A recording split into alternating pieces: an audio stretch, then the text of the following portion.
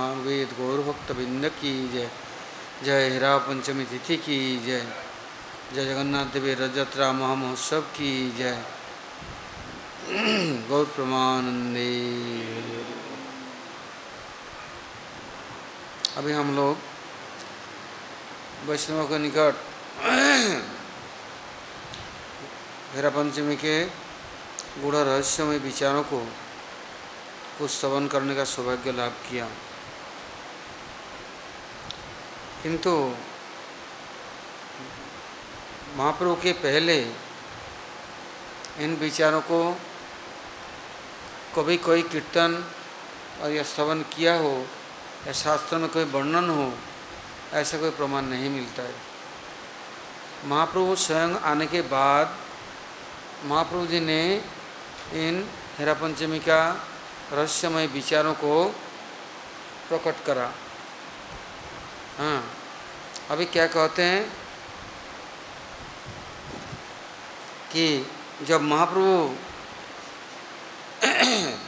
रथ यात्रा के पहले से ही गुंडीचा मंदिर मार्जन, तब से महाप्रभु आईटूटा में वृंदावन के कुंजों में बागीचों में महाप्रभु वहाँ ही विराजमान हो गए। इंद्रधनुष सरोवर में गुंडीचा मंदिर मार्जन के बाद अद्वैताचार्य नित्यानंद प्रभु समस्त भक्तों को लेकर स्नान करने जाते हैं, वहाँ तैरते हैं और जल केली करते हैं। जैसे ब्रज में कृष्ण स्वयं सखाओं के साथ खेलते थे सब कुंडों में, हाँ, ऐसे ही जल केली, वो भी साधारण नहीं।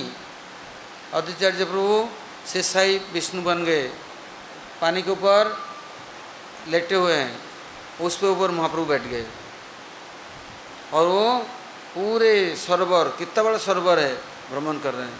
नित्यानंद प्रभु, हाँ, कभी अद्वैत प्रभु के साथ ये लीला जल केली शुरू हो गया, मुंडुक तोंडुक, और क्या करते हैं नित्यानंद प्रभु ऐसे पानी लेकर के आंखों में मारते हैं, उन आंखों से कुछ दिखता नहीं, फिर नाराज होकर गालियाँ देते हैं। हैं, और इधर शिवास पंडित लग गए दूसरे के साथ, स्वरूप दामोदर के साथ, ऐसे ही कितने पार्टी, और सब एक साथ में मिलकर नित्यानंद प्रभु को पानी छिड़काव करते हैं। महाप्रभु स्वयं नित्यानंद प्रभु से लग जाते हैं।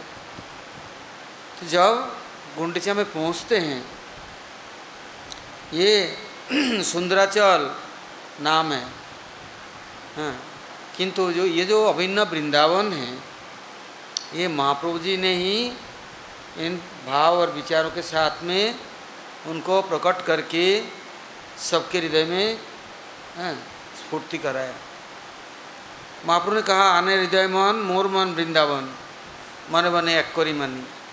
दूसरे का हृदय वन है जिसमें जंगल में जानवर रहते हैं, मेरा मन वृंदावन है। आने हृदय मन मोर मन वृंदावन, दूसरे का हृदय और हमारे हृदय में फर्क है। तो महाप्रभु जहाँ जाते हैं और वृंदावन का ही सब लीलाओं को प्रकट करके सबके हृदय में स्फूर्ति कराते, ऐसा नहीं, वो वृंदावन की लीला के साथ जुगजुक्त कर देते हैं। एक प्रकाशमान प्रकट वृंदावन, एक अप्रकट वृंदावन, और एक दृश्यमान। अभी वृंदावन होने से भी यदि हमारा सामर्थ्य नहीं दर्शन करने की, तो हम कौन सा जरासंध की तरह रहेंगे और वो अगासुर बकासुर की तरह रहेंगे। जब तक पूतना को स्थान नहीं दिया, तब तक पूतना वृंदावन में बाल खाती रुद्रासना। जब उनको वृंदावन में प्रवेश स्थान दे दिया, तो धात्री उचित गति, मातृ उचित सेवा प्राप्त कर ली। तैसे प्रकट वृंदावन में आने से दृश्यमान नहीं होगा। गुंडीचा में सुंदराचल में जाने से वृंदावन के दृश्यमान साक्षात्कार, दृश्यमान मतलब साक्षात्कार होना नहीं होगा। मैंने बहुत बार बोला, गुरु जी के पास है, वैष्णव के पास है, धाम में है, किंतु उनका दर्शन नहीं होगा। क्या दिखेगा? ढांचा, हैं, और क्या देखेगा उनके हैं व्यवहार, कितना हमारे लिए आदर करते हैं, पूजा करते हैं, सत्कार करते हैं, कितना हमारा गुणगान करते हैं, हैं, मेरे को प्रसन्न रखते हैं, किंतु वो दृश्यमान नहीं है, प्रकट है, प्रकट प्रकाश है, दृश्यमान नहीं। महाप्रभु ने क्या किया, प्रकट प्रकाश सुंदराचल को भी वृंदावन को दृश्यमान कर दी, साक्षात्कार करा दिया।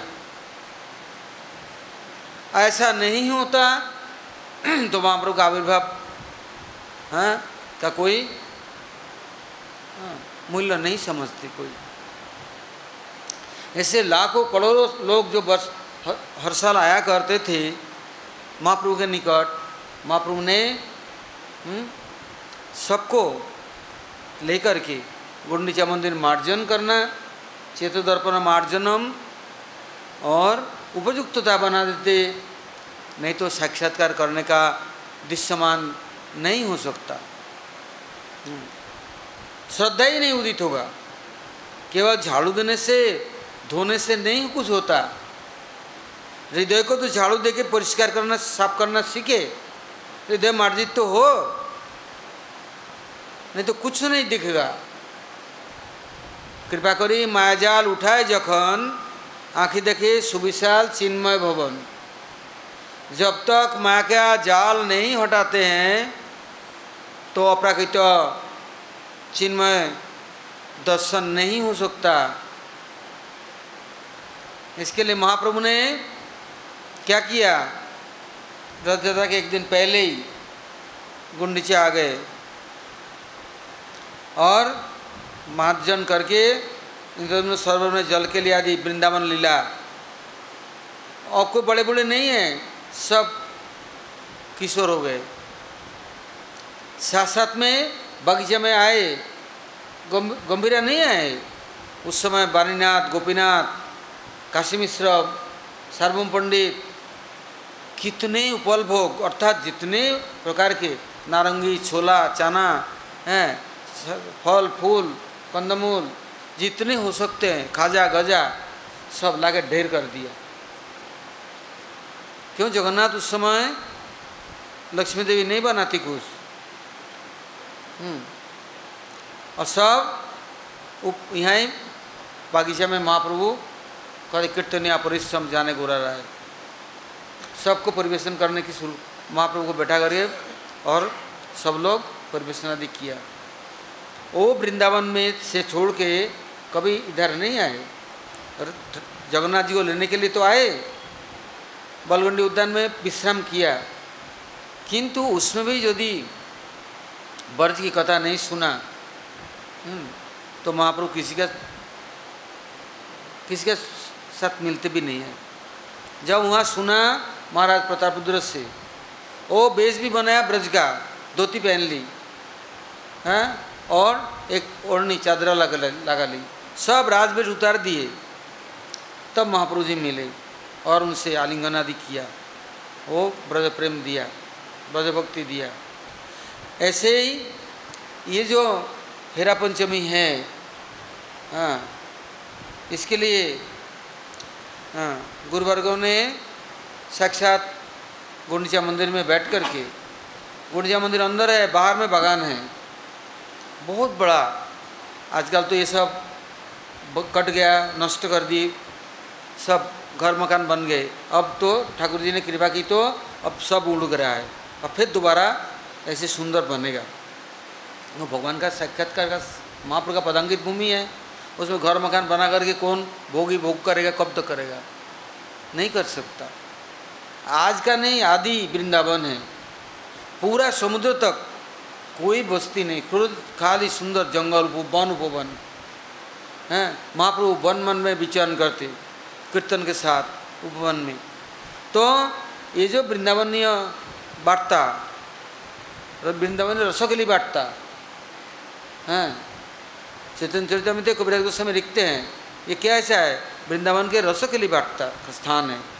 तो महाप्रभु ने क्या किया, वहाँ पर स्वरूप दामोदर आदि, बकेश्वर पंडित और गोपाल गुरु गोस्वामी, कितने लाखों करोड़ों अद्वैताचार्य नित्यानंद आदि समस्त भक्तवृंद वहाँ विराजमान है, श्रीवास पंडित आदि सब। तो जब हेरा पंचमी की बात आया, महाराज प्रतापरुद्र ने पहले महाप्रभु से मिले थे रजोत्तरा के पहले दिन, अब तो उनका हृदय ब्रजभाव में विभवित हो गया। ऐसा सुंदर सजाया गुंडीचा मंदिर जिसका नाम बड़ श्रृंगार है। भगवान को ऐसे फूलों से कुंज सजाया, ढक दिया। लक्ष्मी हैरती दर्शन करने आई, हैरान हो गई। हमारे मंदिर में ऐसा तो सजावट कभी नहीं होता, ऐसा फूलों का सुगंध, मधुकर भ्रमर, सुबह नहीं रात को गुंजा करने लग गया और तक नाच गाने लग गए। वो कितना देवदासी नृत्य कर रहे हैं। सारे देवदासी कौन है? द्वैता, द्वैत प्रिय और ब्रज के किशोरियाँ, वो लोग ऐसे सजे और सज करके लक्ष्मी आ रही हैं, उनको देख करके और ज़्यादा नृत्य करने लग गए और माला चंदन हाथ में लेकर के आ गए। उनको देख करके तो आग लग गया।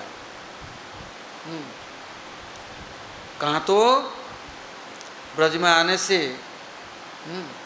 उल्लास होना चाहिए, भावोल्लास रोती, उल्लास नहीं बल्कि ईर्ष्या और ज्वाला पैदा हो गया।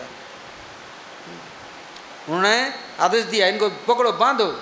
इन्होंने हमारे प्रियतम को कहाँ छिपा दिया, हमारा नाथ हमारे प्रियतम को किधर रख दिया, किंतु वो पार न पाए। कहते हैं चिंतामणिमय राधा कुंड तट ताहे कुंज शत शत। अब कौन से कुंज में है, कैसे ढूंढेंगे भाई? किसकी हिम्मत है? वो तो राधा रानी की किंकरियाँ जानती है और किसी को पता नहीं है। यदि कोशिश भी कर ले, उनके शरणागत नहीं होने से वो प्राण प्रियतम का खबर कोई नहीं दे सकता। कहाँ ढूंढेंगे? तो हेरती ढूंढती, इसके लिए बतलाता है हेरा पंचमी। पाँचवें दिन आई, किस लिए? कहते हैं पहले उनने ऐसा नहीं सोचो कि आज खुद चल के आई, इसके पहले भी जगन्नाथ के साथ अपने परिकर को भेज दिया। तो वो लोग भी देखा जगन्नाथ तो यहाँ बड़े रम गए, तो उन्हें खबर दी। दूसरे दिन पहले संत लोग आए, संत रस वाले दास्य लोग आए, सखा लोग आए, वात्सल्य आए, कोई नहीं पार पाया, क्योंकि ऐश्वर्य शिथिल प्रेम नाही मोर प्रीतो। जहाँ ऐश्वर्य है तहाँ वो व्रत का रीत दूसरा है। तो सबको उनके गौरवमयी सखा, गौरवमयी दास, गौरवमयी ऐश्वर्यमयी सब आए, किंतु कोई नहीं, और खुद चल के आए। किंतु आए तो कहाँ ढूंढेंगे, कौन से कुंजों में है?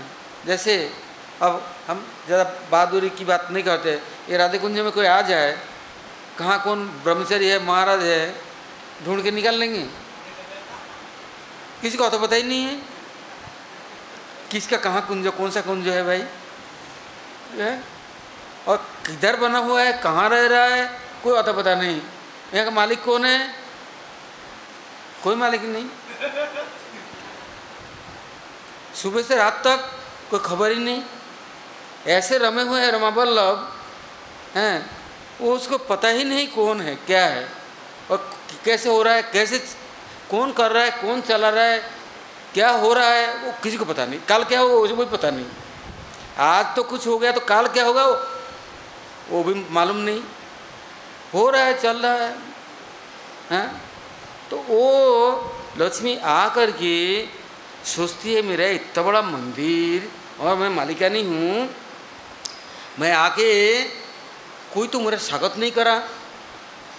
सब ने मैंने नाच रहा है, श्रृंगार कर रहे हैं, एक दूसरे से मिल रहे हैं और हाथ पकड़ लिया, गला पकड़ लिया, बाहें पकड़ लिया, ऐसे नृत्य कर रहे हैं। ऐसे सुंदर उल्लास, उस आनंद उल्लास को देख करके कहते हैं भाव साबल्य, भाव सिंधु हैं और भावानुकूल हैं, भाव सिद्धि, कितनी सुंदर सुंदर वर्णन दिया। किंतु इनको यहाँ आकर के भाव कुभाव अनख लसहूँ नाम जपत मंगल दस दिशहूँ, किंतु इनको नाम भी नहीं याद आ रहा है। अब क्यों? केवल जगन्नाथ जगन्नाथ करने से जगन्नाथ नहीं मिलेगा। जगन्नाथ के जो प्रियजन हैं उनके नाम का कीर्तन और जप करने से तब जगन्नाथ मिल सकते हैं, किंतु उनको तो किसी से कोई मतलब नहीं है।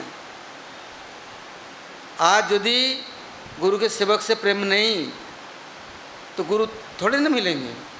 तो भगवान के प्रियों से यदि भगवान प्रेम नहीं तो भगवान का खोज कौन देगा?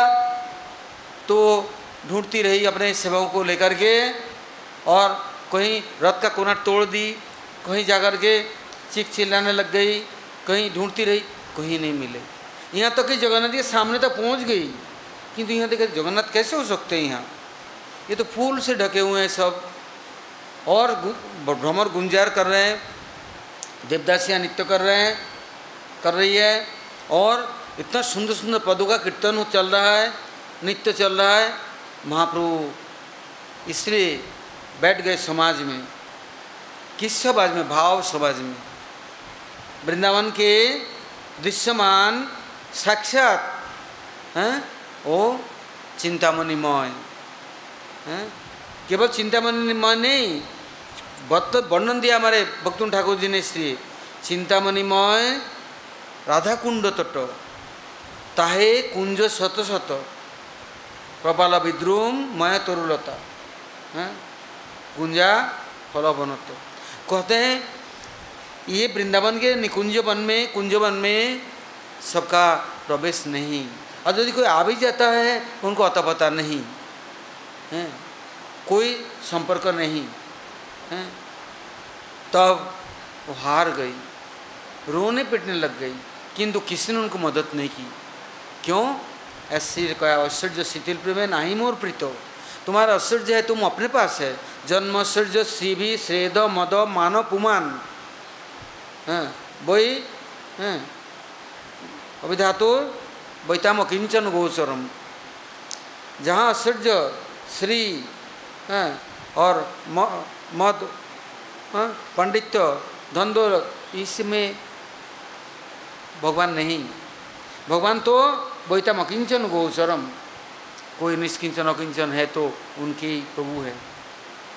लक्ष्मी देवी पार न पाई तो महाप्रभु जी कहते हैं लक्ष्मी देवी यदि मान किया तो ऐसे श्रृंगार करके सबको दिखाने के लिए और सेनाएं लेकर के अपने सब कुछ करके आया, उनको उनसे मिलने के लिए, उनको ढूंढने के लिए, उनको ले जाने के लिए, किंतु संभव नहीं है। क्या दिखा रहे हैं? चाहे कितना साधन कर लो, कितना वैभव प्राप्त कर लो, अनिमा मनिमा सिद्धि लघिमा जितने प्रकार सिद्धि नवनिधि प्राप्त कर लो, या लक्ष्मी देवी के प्रचुर कृपा प्राप्त कर लो, किंतु वो वृंदावन के ब्रज के एक पासंग में भी नहीं प्रवेश कर सकते।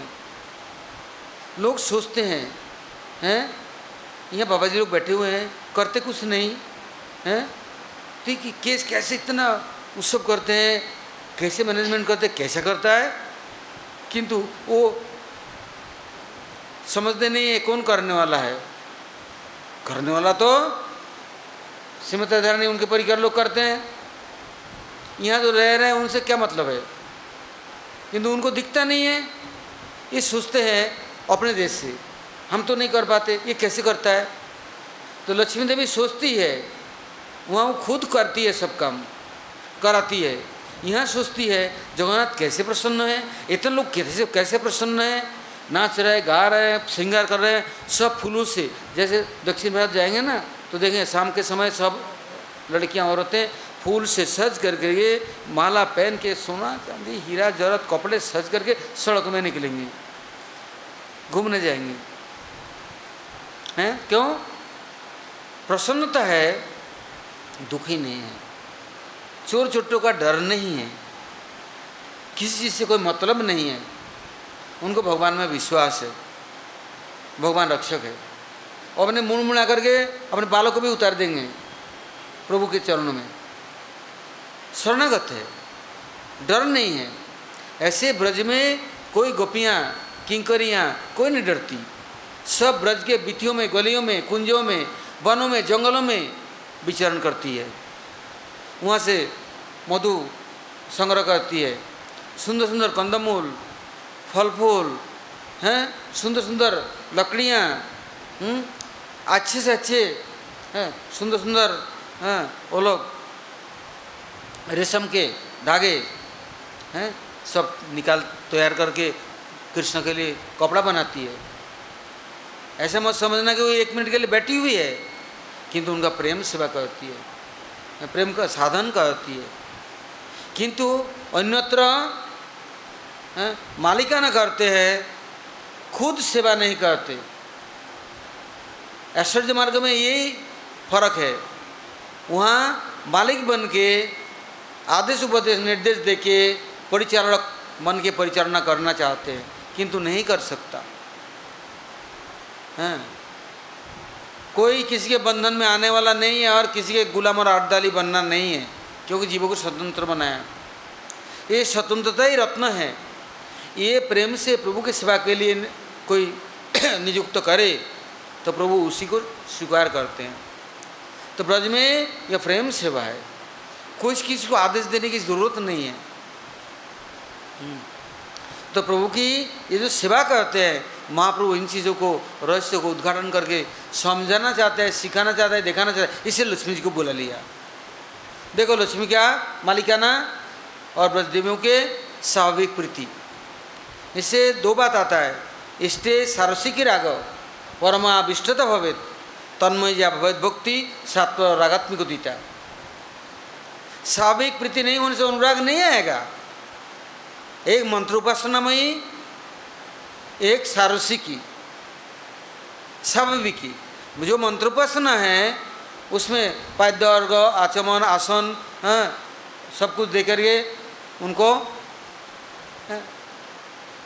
साधन करते हैं, किंतु उनका मन कहाँ है?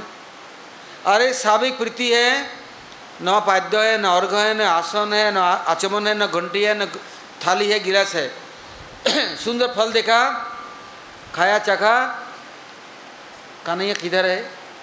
ये फल जरूर चखाना है उनको, क्या स्वादिष्ट है, क्या सुगंध है। इतने में वो आ भी गया हैं, आधा खाया हुआ लेकर छीन करके खाने लग गया। स्वाभाविक अनुराग है, जहाँ जहाँ नेत्र पड़े तहाँ इष्ट स्फुरे। ये सर्वभूते से जो परिचित भगवत भावमात्मन, स्थावर जंगम देखे ना देखे तार मूर्ति, सर्वत्र स्फुरे तार इष्ट देव स्फूर्ति। स्वाभाविक है। अभी प्रभु के लिए स्वाभाविक प्रीति यदि हो, कोई बाजार गया, अच्छा फल देखा, कोई फूल देखा। किसी एक समय मथुरा मठ में कार्तिक के पहले सब आते हैं गुरु जी के पास, बहुत प्रचारक आते हैं, बहुत शिष्य, तो गुरुदेव के लिए कुछ न कुछ लेके आते हैं, जिसके जैसा होता है। कोई बादाम, अखरोट, सूखा फल, कोई कुछ भी ले आता है और ठाकुर जी के लिए लाता है। एक दिन मैं एक महाराज से पूछा, आप इतना प्रचार करते हैं तो आप ठाकुर जी के लिए कुछ नहीं लाया? गुरु जी के लिए एक फूलमाला तो ले आते कम से कम। बोले मैं आ गया, ये क्या कम है? हाँ, मैं ही सब कुछ हूँ, मैं तो गुरु जी को समर्पण कर दिया, भगवान को समर्पण कर दिया। मैं बहुत अच्छी बात है, सब अपने को दे दिया तो आपका सब कुछ दे दो। नहीं, ये नहीं दे सकते। हाँ, तो स्वाभाविक अनुराग होने से क्या करता है? सब कुछ नहीं तो इतना सा तो भगवान के लिए ला सकता। प्रेम कहीं है और किसी के लिए करता है, प्रभु के लिए, गुरु के लिए नहीं कर सकता। ये दिखावा, ये भक्ति भजन नहीं है। महाप्रभु इस हेरा पंचमी में दिखा रहे हैं वृंदावन का वैभव और आपका ऐश्वर्य मार्ग लक्ष्मी का वैभव। वहाँ उनका बात कोई नहीं सुनता। हाँ, और दरिद्र लक्ष्मी कर देना चाहते हैं, बोल कर दो, वृंदावन में कोई जरूरत नहीं तुम्हारा दौलत की, सोने चांदी हीरा जरूरत की, हम दौलत राम नहीं होना चाहते हैं। वृंदावन के रज में लोटपोट खाएंगे, गलियों में बिथियों में, और प्रभु का गुण गाएंगे और उनका गुणगान सुनेंगे, हमें चाहिए नहीं, दौलत राम नहीं होना है। महाप्रभु इसको दिखा रहे हैं। इससे एक तरफ स्वरूप दामोदर जी, एक तरफ श्रीवास पंडित आदि महाप्रभु ब्रज की कथाओं को सुन रहे हैं, स्वाभाविक प्रीति कैसा है, और एक तरफ लक्ष्मी के वैभव की बात सुन रहे हैं। किंतु उनके वैभव को बात, वो तो लक्ष्मी सबको सब कुछ देती है, किंतु कौन लक्ष्मी के पीछे चलने वाला? पूजा करती है, करते क्यों? मुझे मिले कुछ, इसके बाद मिल गया तो दौलत राम हो गया, उसके साथ रह गया। अब किंतु ब्रज में ऐसा नहीं, प्रत्येक व्यक्ति के अंदर इतना भी प्रीति है प्रभु के लिए, अलग नहीं, अलग होना भी नहीं चाहते, और ये भी पसंद नहीं। खाएंगे खिलाएंगे, खिला के खाएंगे, पहना के पहनेंगे, उनसे दूर नहीं होंगे, हम उनके ही बने रहेंगे। किंतु अन्यत्र क्या है, वैभव लेकर के अलग हो गया है, वो अलग है, मालिक अलग है। यहाँ ऐसा नहीं है, जो है हमारे प्रभु का, हमारे सखा का, हमारे मित्र का। इससे बतलाया अहोभाग्यम अहोभाग्यम नंद गोप ब्रजोकसम जन्मित्रम परमानंदम पूर्ण ब्रह्म सनातनम। और कोई परम मित्र नहीं बन सकता कि ब्रज के अलावा, सब कुछ दे सकता किंतु मित्र नहीं बन सकता। इससे बतलाया नंदस्तु किम अकरोत ब्रह्मन श्रेय व महोदयम यशोदा च महाभागा प्रपोजस्या स्तनम हरि। क्या कहा महाभागा? और किसी के लिए शब्द कभी व्यवहार हुआ आज तक? द्वारका के लिए कोई कहेगा ये महाभागा है, हैं? किंतु इनके लिए कहते हैं महाभागा। कौन? यशोदा हैं और ब्रजदेवियाँ हैं। इससे महाप्रभु इन वैशिष्टों को तराजू में तोल करके दिखा रहे हैं। स्वरूप दामोदर आदि कीर्तन कर रहे हैं, श्रीवास पंडित कभी कभी उलाना देते हैं, और उनको ऐसे कथाओं को सुनाया, रस में डुबो दिया, मधुमंगल के भाव में आविष्ट होकर नृत्य करने लग गए, बगल बजाने लग गए। मैं क्यों जाऊं लक्ष्मी की तरफ में? मैं नहीं जा रहा, मैं तो ये रज में ही रहूँगा। अद्वितीय प्रभु हैं वो मुग्ध होकर लोटपोट खा रहे हैं, भूल गए कि मैं अद्वैत हूँ। नित्यानंद प्रभु क्या किया? ओ आविष्ट हो गए अनंग मंदिर के भाव में।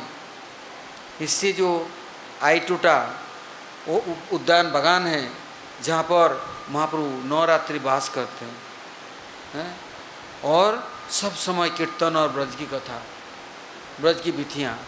इससे हम लोग जब पुरी में थे, रात को 12 बजे 1 बजे वो बड़ा सिंगर का राजभोग होता, कितना प्रसाद ला करके पांडा लोग ढो करके ला करके, रिक्शा नहीं कुछ नहीं, सर में ढोके ला करके इकट्ठे कर देते। हम क्या करेंगे इतना प्रसाद? हम है कितने लोग? 100-150, और वो लाते 5,000 10,000 लोगों की, क्या करेंगे? हैं? तो ब्रज का स्वाभाविक वृत्ति है। इससे अन्यत्र देखो मोल तोल है, टिकट लो, कूपन लो, पैसा दो, दरवाजा बंद है, कोई पूछेगा नहीं। ब्रज में ऐसा कोई रीति है? नंद भवन में ऐसा कोई बात है? या जसोदा भवन में या कोई श्रीमती राधारानी के पास ऐसा कभी कोई सुनता है?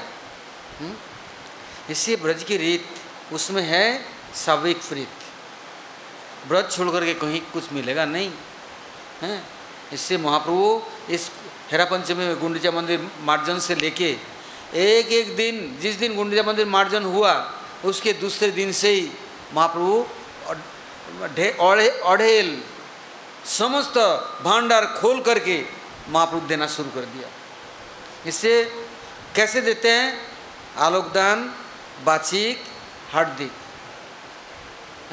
केवल दर्शन देते हैं ऐसे नहीं, नेत्र से जिसको देखते हैं उसी के अंदर ब्रजरस प्रवेश कर जाता है। और हृदय से सोचते हैं उनके पास चला जाता है। बाची कुछ बोलते हैं, बस शब्द ब्रह्म चला गया। और फिर महाप्रभु का जो करुणा है, इससे अहो भाग्य। इन कथाओं को यदि गुरुवर्गों से सुनने का नहीं सौभाग्य हुआ और होगा तो हम वंचित रह जाएंगे। महाप्रभु जी ने कृपा करके सब संचार कर दिया सब भक्तों के अंदर। वो लोग अपना वर्णन कर रहे हैं, जैसे पृथ्वी देवी सब रसों को संचार कर दिया फूलों में, फलों में। ये देखो एक से फल है, आम भी है, जामुन भी है, संतरा भी है, अंगूर भी है। रस देखो पृथ्वी से लिया, किंतु कैसे स्वाद है, सुगंध है, अलग अलग अलग अलग है। हाँ, ऐसे ही महाप्रभु जी ने रस का संचार कर दिया। इसके बिना कोई ब्रजरस को नहीं समझ सकते और न स्वाभाविक हो सकता। अहो भाग्य हम लोगों की। इससे ये ब्रज में ब्रज करी बास रागानुग होइया स्मरण कीर्तन करो। हमारे गोस्वामी जन ब्रज में रहते, दिन रात महाप्रभु के लीलाओं का स्मरण करते, और जो महाप्रभु के पास रहते वो स्वाभाविक ब्रज की लीलाओं का स्मरण करते हैं, अलग नहीं। जब महाप्रभु के स्मरण करते देखते महाप्रभु की ब्रज लीला स्वाभाविक उद्दीपना हो रहा है। इससे आज हेरा पंचमी क्या बहुत वैशिष्ट्य है। महाप्रभु के लिए क्या किया, प्रतापरुद्र आदि, जितने काशी मिश्र आदि, आज इतना सुंदर श्रृंगार और इतना सुंदर राजभोग। ये दिन कभी मैं वहाँ पहुँच गया गुंडीचा मंदिर में, तो मैं एक दो जने मेरे साथ, मैं अधिक नहीं ले सकता, रात को जाता, तो दिन में भक्त लोग मेरे समय नहीं गया, तो दिखा भाई वो और पेड़ को अंदर ले गया, छोड़ दिया अकेला, कोई नहीं है। मैं बोला ये जगन्नाथ जी का अभी भोग आया, और वहाँ घुसा दिया। मैं बोला ये क्या है, कैसे पांडा लोग है, सब अंदर, मैं अकेला, कोई नहीं और वो भोग समर्पण कर रहा है। बाहर आया, ये इतना बड़ा केले का पत्ता बिछा दिया, मंदिर के चारों तरफ परिक्रमा मार गए, हजार हजार लोग है, कीर्तन चल रहा है, जबरदस्ती बैठा दिया। मैं थोड़ी ना कोई जोगी भोगी हूँ, मैं इतना सारा प्रसाद ले सकता हूँ, ये इतना सारा ला दिया। तो और घी डाल दिया कितना सारा, वो कितनी मिठाई, कितनी सब्जी, बाप रे कैसा जगन्नाथ जी का भोग है। मैं बोला हे प्रभु कैसे परीक्षा ले रहे हो, छोड़ो तो मरे और ले तो संभव नहीं। मैं अपना दुपट्टा था, दुपट्टा को बिछा दिया, और दो जने जो थे, मैं बोला केले का पत्थर था, प्रसाद सब हमें दुपट्टे में दो बांध के लेके भाग जाएंगे, किंतु सुने कहाँ हैं ये लोग। हैं ये पकड़ करके नहीं खाना पड़ेगा। मैं बोला मैं झूठा नहीं करूँगा, मंदिर के अंदर में कभी नहीं खा सकता, ये हमारा धर्म के विरुद्ध है। बोले तुम्हारा धर्म तुम्हारे देश में है, हमारा धर्म हमारे यहाँ है, खाना पड़ेगा। मैं बोले ऐसा नहीं हो सकता। लड़ाई चलने लगा, रो पांडा कितना लंबा चौड़ा तगड़ा दैत्या, अरे बाप रे बाप, उसके पैर के जांग में भी नहीं आ सकता मैं, हैं, और वो पकड़ ले तो छुड़ाए कैसे, हैं, उनके लिए एकदम कीड़े मकोड़े के समान है। फिर भी मैंने बहुत अनुरोध किया, नहीं मान रहे। तो मैं बोला हम मंदिर के अंदर में प्रसाद नहीं, ये हमारा नियम नहीं है, हमारा, हमने लाल कपड़ा पहना, तिलक माला धारण करके हम ऐसे नहीं, आप कर सकते हैं। और हमारे कितने भक्त लोग रह गए, उनको बिना खिलाए मैं कैसे खाऊं, हैं, अपने वैष्णव को गुरुओं को खिला के तब खाना चाहिए, ऐसे नहीं खा सकते। तो वो मान गया, वो ठीक है, तो हम सब भोग वहाँ ही भेजेंगे उनके बढ़िया है भेजो, तो ये मैं ले जाऊँगा। तो मैंने उसको तो बांध लिया, दोनों भक्त लोग थे वो भी अपने दुपट्टा बिछा दिए, सवेरे बांध के मैंने उनके सर में दे दी हैं। और वो लोग रात के 12-1 बजे जितना भोग प्रसाद सवेरे लेके आए हैं।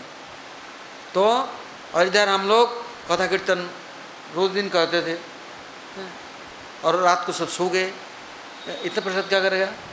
तो मैंने नितिन को बोला भाई जा गाड़ी लेकर के और प्रसाद को बांटे आओ। वो बांटने गया तो क्या बोलते हैं, उस जगह धो के तब वो लोग अपने प्रसाद रखते हैं।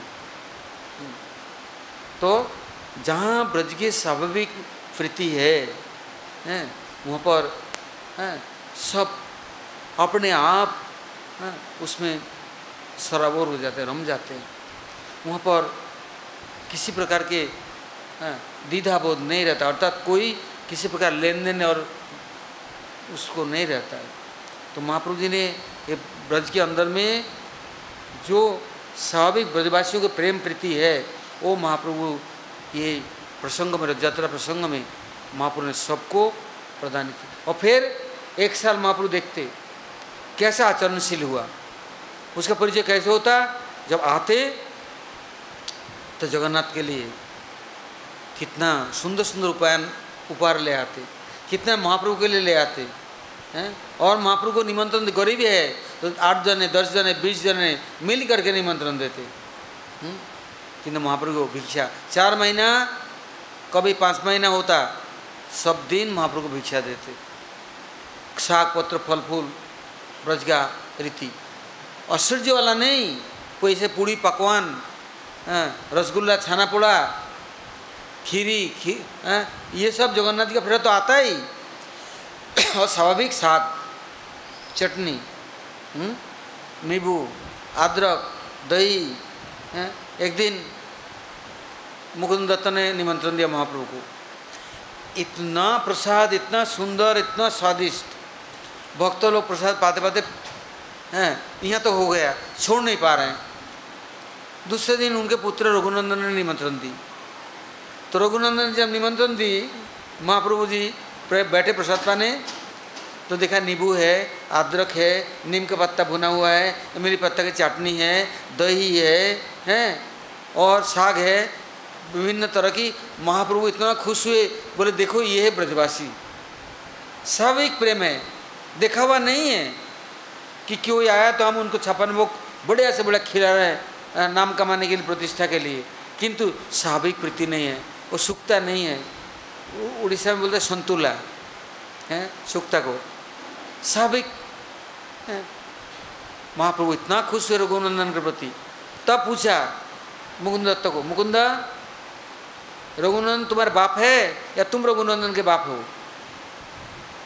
तो मुकुंद दत्त कहते हैं रघुनंदन मेरे बाप है। और कैसे? बोले कृष्ण भक्ति जन्ममूल है साधु संग, कृष्ण भक्ति जन्म है जहाँ होते, मेरे बेटा मैं नहीं कर सकता, उससे मेरे को भक्ति मिली, भजन वृत्ति मिली, ब्रज भक्ति मिली, वो मेरा पिता है। तो रघुनंदन स्वाभाविक प्रेम। इससे इस ब्रज प्रेम की कथा महाप्रभु के बिना, भक्तों के बिना और कहीं मिलेगा नहीं। हुड़दंगा मिलेगा किंतु ब्रज कथा नहीं मिलेगा। इससे इसमें रमना है, इसमें अपने को स्वाभाविक समर्पण करना है, प्रीति। हमारा जो कुछ है आंतरिकता सब ब्रज के लिए है। तब तो अब कल हम लोग आगे सुनेंगे इस तत्व रहस्य हमारे गुरुवर्गों ने किस प्रकार प्रकाशन किया। वो गुंडीचा मंदिर मार्जन के बाद सब बागान में बैठ जाते, सब महाराज लोग। उस समय तो हमारे केवल पुरी महाराज, जनार्दन महाराज नहीं, उस समय भक्ति मुझ संत महाराज और ओल्ले महाराज उस समय प्रकट थे। भक्ति माधव महाराज, जितने प्रभुपाद जी के शिष्यगण सब बैठ जाते, कीर्तन उस धूल में लोटपोट खा रहे हैं और इसके बाद में बैठते हैं और कथा रहस्यों को वर्णन करते हैं। और जब निकलेंगे तब सारा दिन गुंडीचा मंदिर मार्जन किया, भूखे हैं, तो एक भक्त वो गुंडीचा ऋषि मंदिर में बस ऋषि देव का खीर भोग लगाते, केवल खीर। सब भक्तों को खीर का कुल्हड़ पकड़वा देते हैं। बस वो नृसिंहदेव का खीर खाया, किस लिए? हमारा भक्ति विघ्न विनाशन, हमारा भक्ति जो ब्रज भक्ति का रस मिला है वो कोई नष्ट नहीं हो, कोई लूट फूट के नहीं ले जाए। वहाँ से फिर अपने अपने आश्रम में जाते। दूसरे दिन रथ यात्रा के प्रसंग, रथ के आगे सब मिल करके नृत्य करते थे, एक साथ में मिल के गुंडीचा आते थे। वो सब जो रहस्य है, विचार है और वो जो कथाएँ हैं, ओहो धन्य हैं ऐसे हमारे गुरुवर्ग। ये आजकल के सुखा रुका नाच गान में कुछ रखा नहीं है। यदि वो कथा रस नहीं है, ब्रज के संबंधित नहीं है, तो कुछ लाभ नहीं होगा। तो अब काल सुनेंगे, आज बहुत देर हुआ। गौर प्रेमानंदे हरि हरि।